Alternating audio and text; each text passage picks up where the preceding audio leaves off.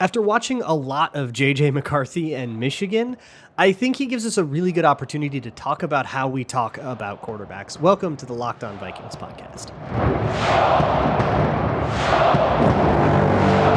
You like that? 3, 1, 2, 3. You like it? You are Locked On Vikings, your daily Minnesota Vikings podcast, part of the Locked On Podcast Network, your team every day. Hey, everybody. Welcome to the Locked On Vikings podcast, where we're always trying to learn something new. It's part of the Locked On Podcast Network, your team every day. And thank you so much to those of you who listen every single day here to the Locked On Vikings podcast. You can find the show wherever you find your favorite podcasts, whether it is somewhere where you listen online or on an app or something like that, including the SiriusXM app, where you can also find live games, hometown broadcasts all over the country. You can also find the show on YouTube or Amazon Fire and Roku. Just download the Locked On Minnesota Sports app. Today's episode is brought to you by PrizePicks, the easiest and most exciting way to play daily fantasy sports. Go to prizepicks.com/LockedOnNFL and use code LockedOnNFL, all lowercase, for a first deposit match up to $100.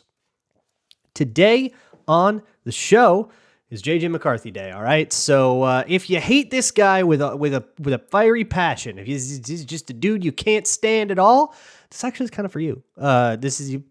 Give it a shot, all right? Let me explain what I'm talking about. If you think he's also God's gift to quarterbacking, this is also for you. Give it a shot.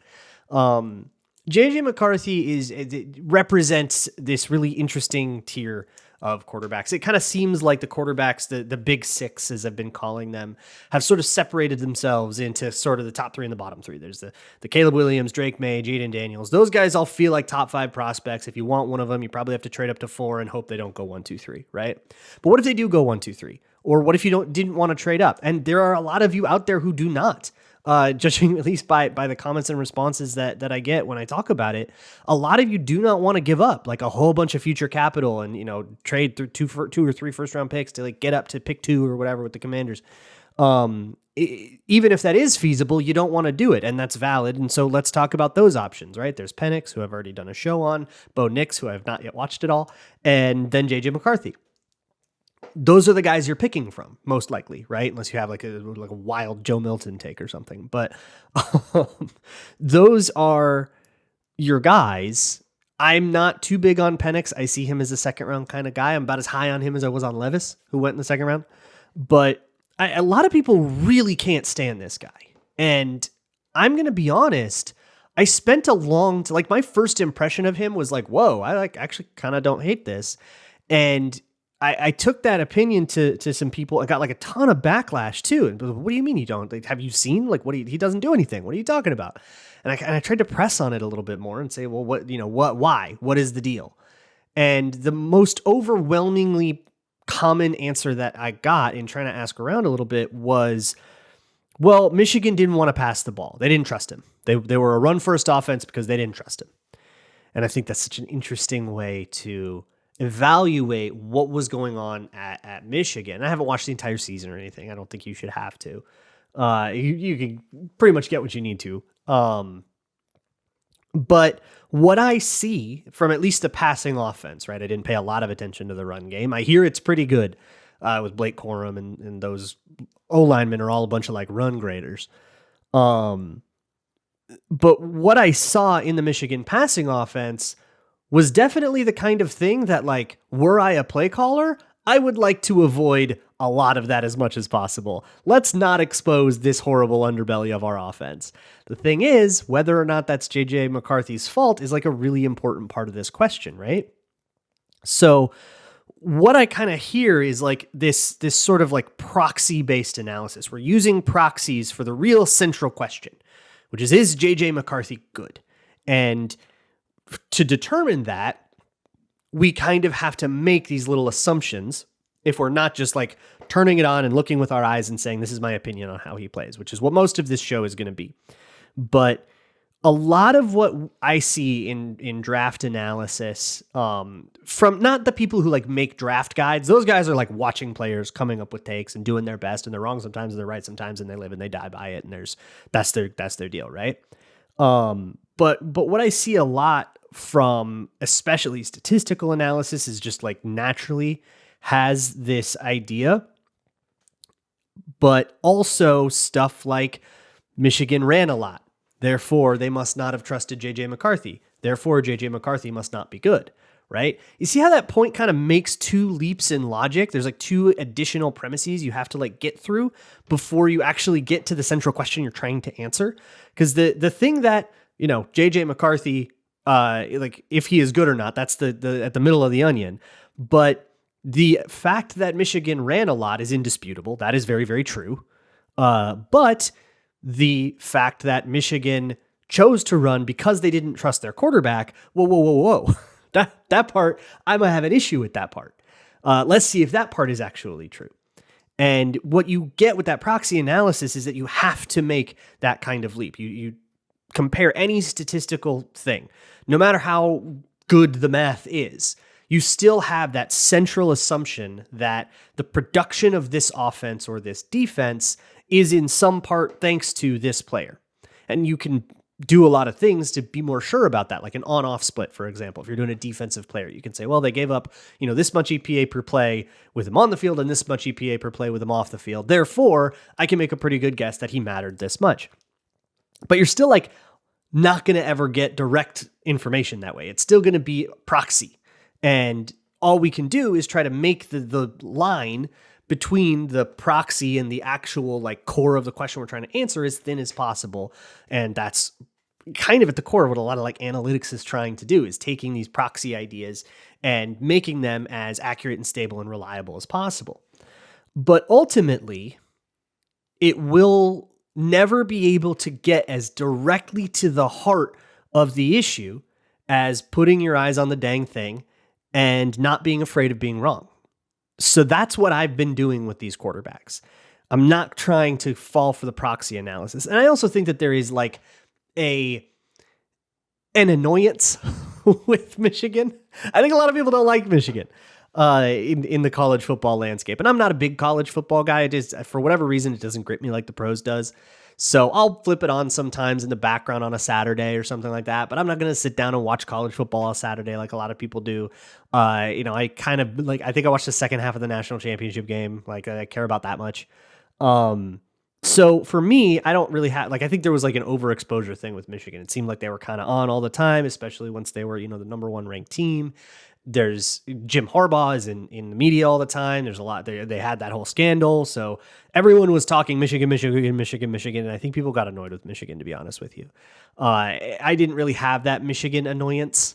And Michigan was really annoying to watch too. Like that annoyance is fair because there were drops and there were, protection busts and there were all kinds of crazy plays. There were these like circus plays where a snap would get botched or a handoff would get botched.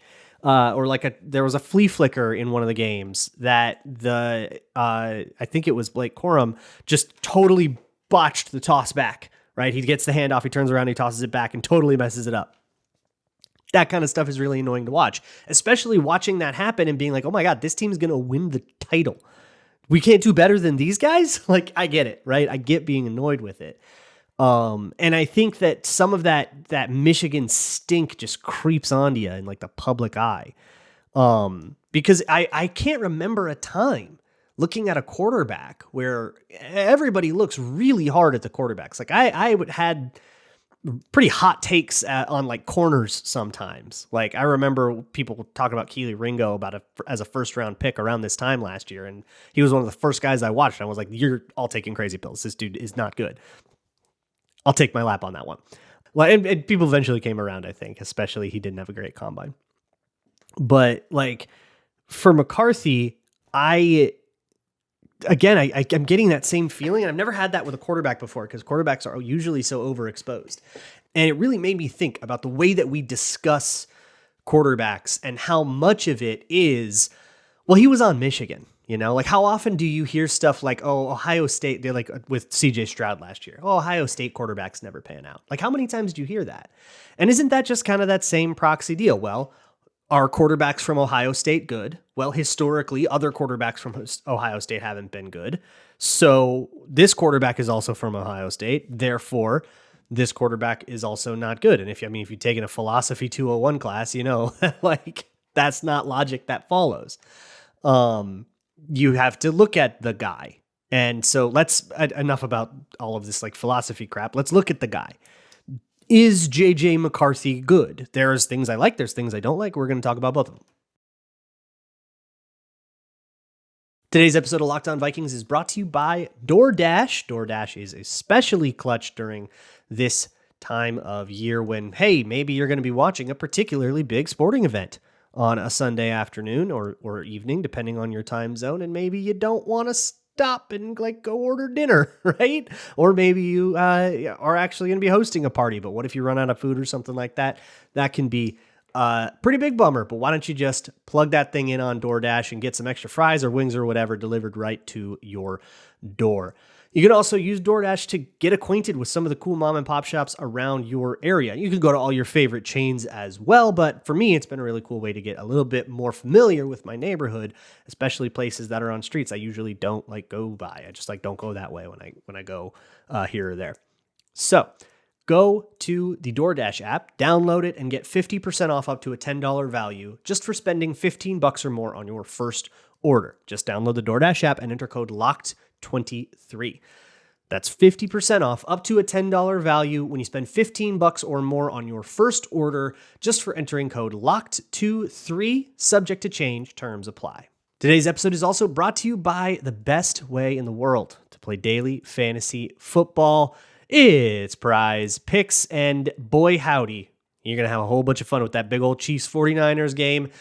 PrizePicks is the easiest and most exciting way to turn a couple of feisty takes into even up to 100 times your money. And by the way, they've got a thing going on right now. If Patrick Mahomes throws for more than 1 yard, you win on PrizePicks. I don't know how you guys feel about that amount. Personally, I would take the more than there.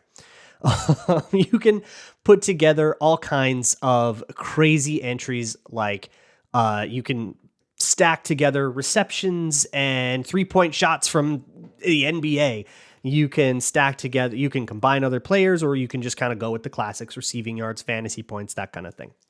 Whatever it is, go to prizepicks.com/LockedOnNFL and use code LockedOnNFL for a first deposit match up to $100. And don't forget, if Patrick Mahomes throws for more than 1 yard in the big game, you win on PrizePicks. That's prizepicks.com/LockedOnNFL, code LockedOnNFL for a first deposit match up to $100. Pick more, pick less. It's that easy. Okay, enough beating around the bush. Let's talk about JJ McCarthy. So thank you so much to my hashtag everydayers for hanging out and listening. If you want all things Minnesota sports, dude, go check out Locked On Wolves. They're having a moment right now. Go check out Locked On Wolves for this Timberwolves season and how it's maybe falling apart. I don't know. I don't really know basketball, so maybe I'm out of pocket there. Go check that out. Go check out the 24/7 Locked On Minnesota Sports YouTube feed. It's a live stream of all things Locked On Minnesota all of the time, including this show, Locked On Wolves, Wild, and all of the Locked On Minnesota Sports offering as well. Okay, so let me start with what I don't like about JJ McCarthy. What I actually don't like. I don't care that Michigan ran the ball a lot. The whole first segment, that's what I'm trying to get at. I just don't care. I don't think that it fits as a negative on its own, because if Michigan and Jim Harbaugh and all those guys didn't trust JJ McCarthy, why? Would be my next question. And to find out why, we got to watch him and figure it out anyways. And then we're going to have a much better take, right? If it's, JJ McCarthy's really inaccurate and he doesn't throw the ball to the right people and he throws interceptions, therefore they didn't trust him, therefore they ran a lot.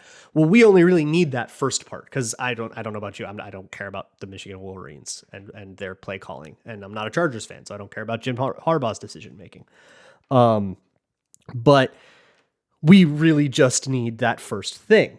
So what is it about him that could make them not trust him? I guess like I don't think this is going to stack up to be enough to answer that question. But if you watch the guys around him, especially, I think his name is Tyler Wilson. He was kind of a rotational guy, getting knocked off routes all the time. The Cornelius something, number 6, was dreadful, dropping the ball, also getting knocked off routes. Routes were really slow. Even Roman Wilson, who should get drafted, seems like a day 2 kind of pick, is at least at this juncture. That's where people are talking about him.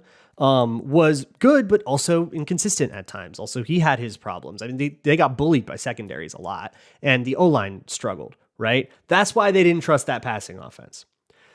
But with JJ McCarthy, what could be wrong there? So one of the things about JJ McCarthy that bugged me was that he rushes a lot. And I remember thinking about this when I first started trying to seriously watch Teddy Bridgewater. He kind of shared this. Teddy Bridgewater, when he was a rookie, he would go way too fast through his progression. He'd look, and be like to a check down before anything broke off. And like anticipation is great, right? Like making quick decisions is very good, but if they're too quick, then you can't actually run a timing based offense. You move off everything and you're just going to kind of check down every play. And that's not exactly a way to move the ball down the field.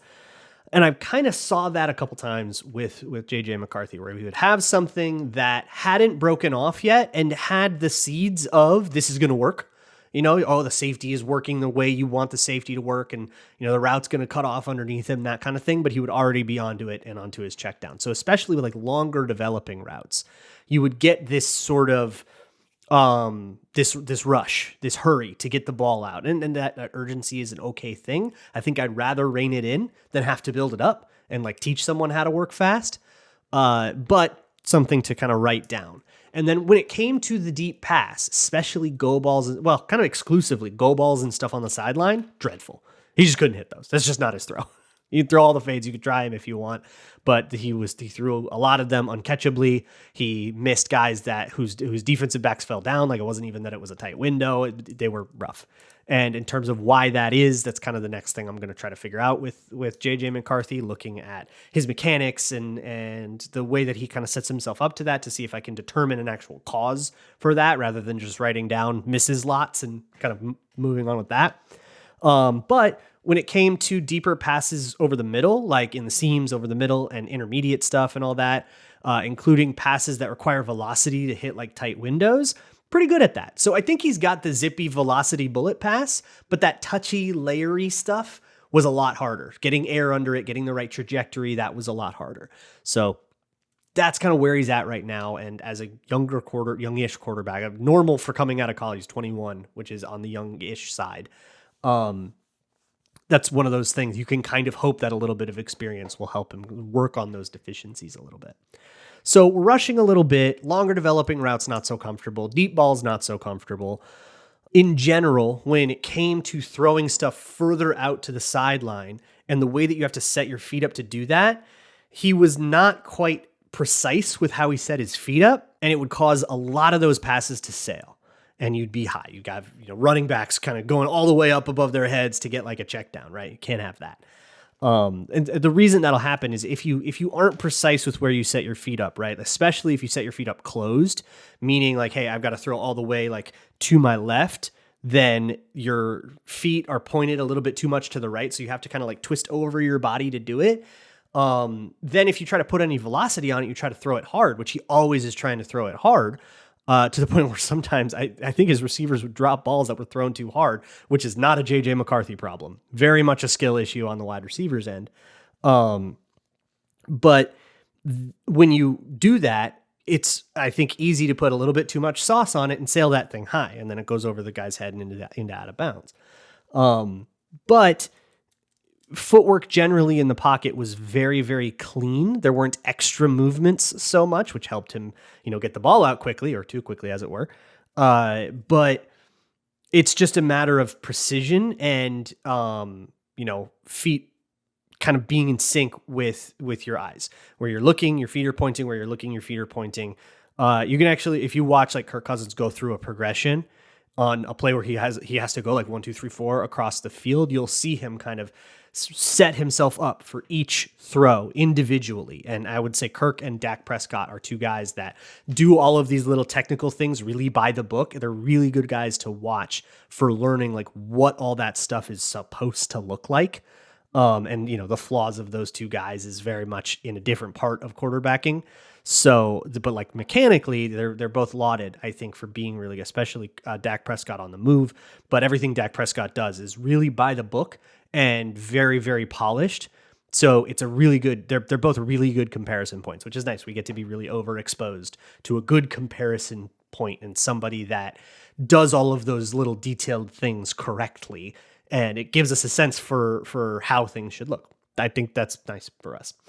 Now, there's a lot more about JJ McCarthy that I like than what I don't like. And that's why I kind of say whatever Michigan did and whatever coaching decisions they made, I don't think they were on him. And I think a larger role for him can work out. So, again, bear with me. If you hate him super, super much because you're an Ohio State fan or whatever, deal with it. That's what we're talking about for the rest of the show. Today's episode of Locked On Vikings is brought to you by BetterHelp. BetterHelp is therapy online made easy, and if you are thinking about getting involved in therapy, BetterHelp is a great place to go to get started.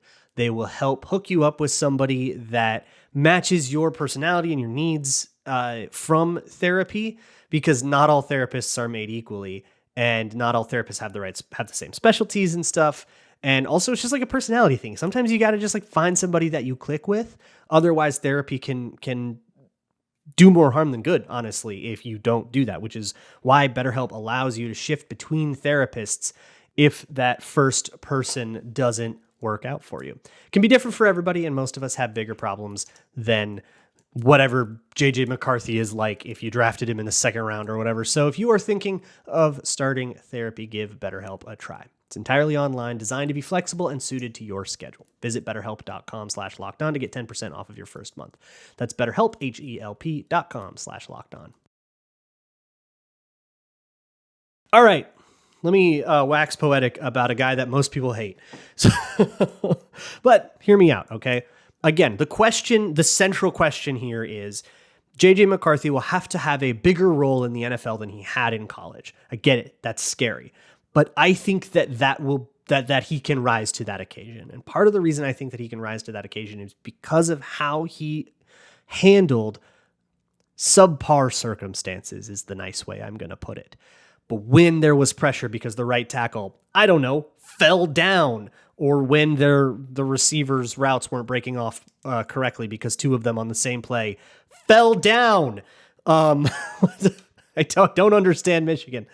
But a lot of that stuff would happen. There's a lot of just circus nonsense of guys just messing up and JJ McCarthy having to sort of find the play anyways. And one thing that Michigan did reasonably well was the scramble rules. I'll give the receivers credit for this. The scramble rules that are more or less universal with a few variants from team to team across college and the pros. But essentially, when the quarterback has to break the pocket and he has to run one way, everybody run with him. And if you're deep, come back, work toward the quarterback. If you're already on that sideline, work toward the quarterback. Or if you're shallow and on that sideline, work deep, run away from coverage. That's basically scramble rules.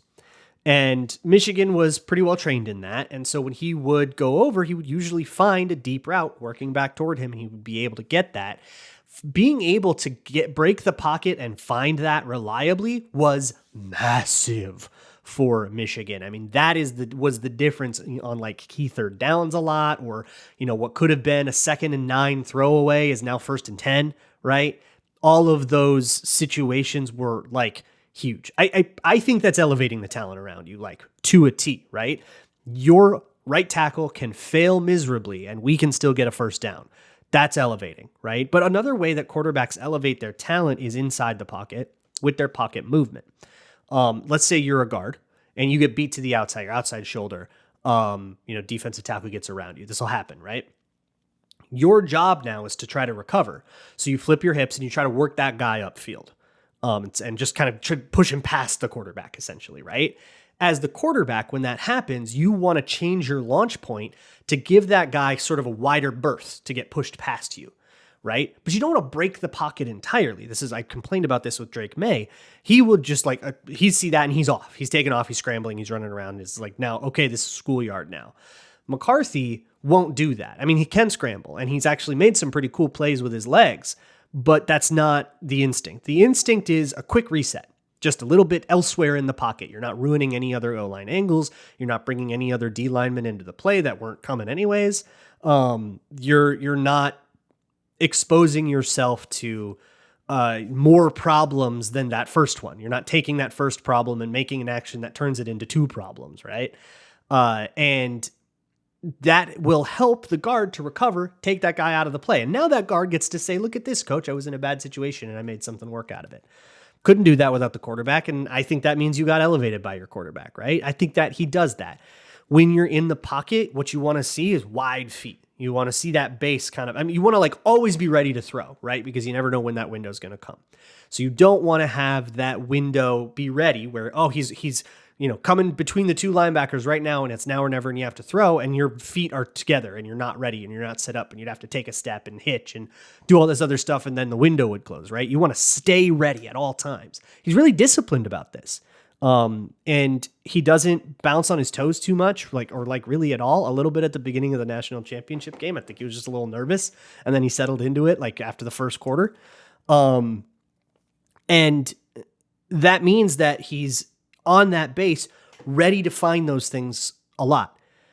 With scramble rules, especially, or with late developing plays, with guys breaking open late into the play, it might feel a little bit lucky, like all the time with, you got wide open receivers all the time. He's not that good, like that kind of thing.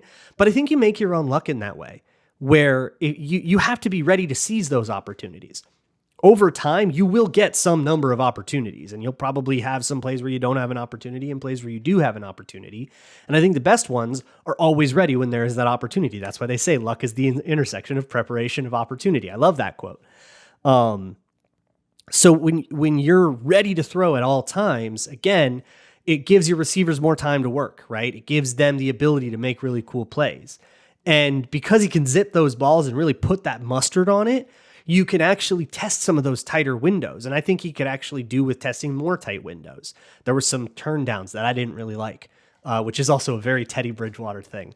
So there's a lot about him that like reminds me of Teddy in a not great way. And the stuff I didn't like about Teddy over time, obviously, let's hope he doesn't tear up his knee as bad and we'll see how that career goes. And that's not like a full comparison. I don't think that they're quite the same guy.